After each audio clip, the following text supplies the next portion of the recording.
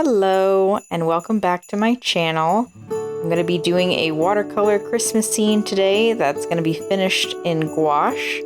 I've got a new palette that I'm putting together, very excited about that. Here's my old messy palette. I'm still figuring out exactly where I want to put the colors in the well.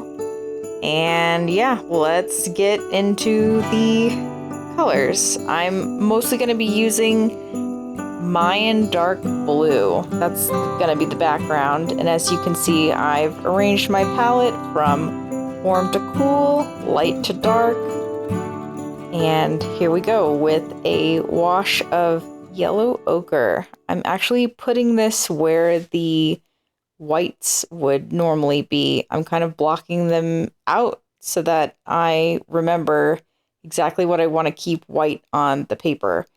When I add in the darks into the background, you won't even notice that the paper has a tiny bit of like a yellow hint to it. I've got the camera sped up double time just to kind of capture exactly where I'm blocking and move on to the next step, which is using that Mayan Dark Blue, getting it ready to add into the background. I'm just trying to get it to the right consistency, and I live in Colorado, so everything's super dry. Everything dries very quickly. Usually I add a bit of water onto the paper when I start to paint, but for this one, trying the new color, I wanted to see what that looked like without adding the extra water onto the paper.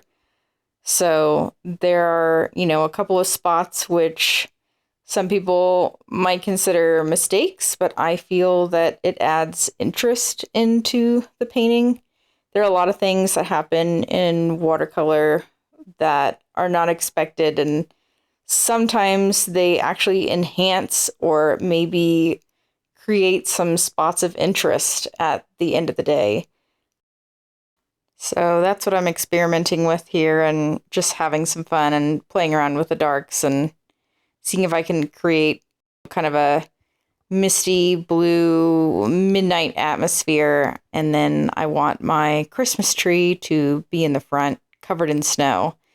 And as I'm painting, it's okay that it doesn't exactly look like the most beautiful tree. It's okay that it's got some geometric cutouts for the branches rather than something that looks really natural. That's something that I'm going to be tweaking when I get to the gouache stage.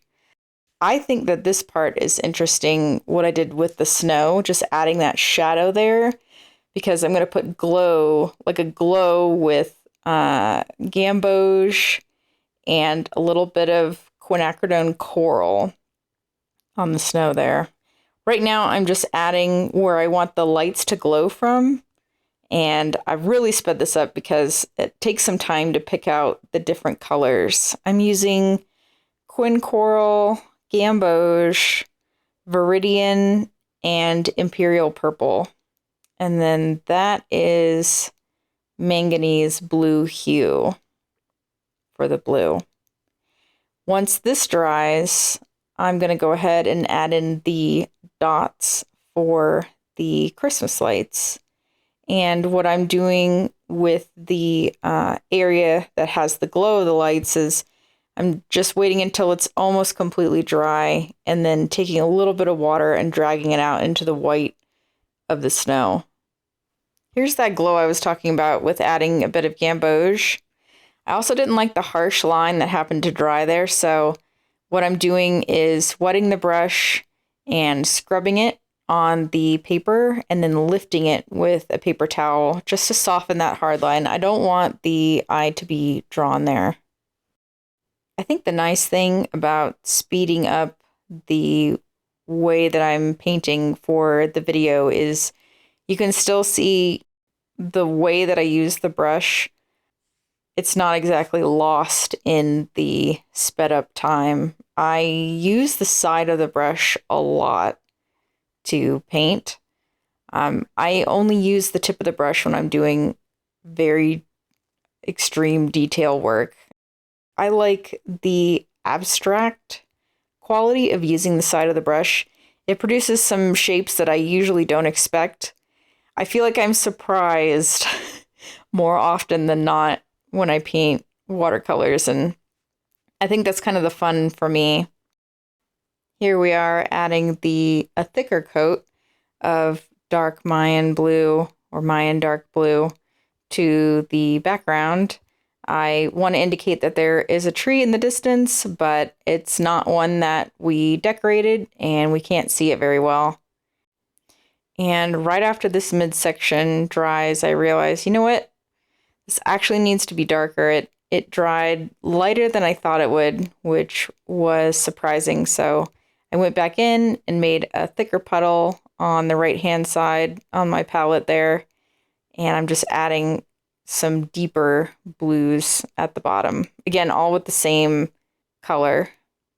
So in a way, this is a monochromatic painting, but just enhanced with little pops of color to indicate, the happy Christmas lights and on the tree and under the snow.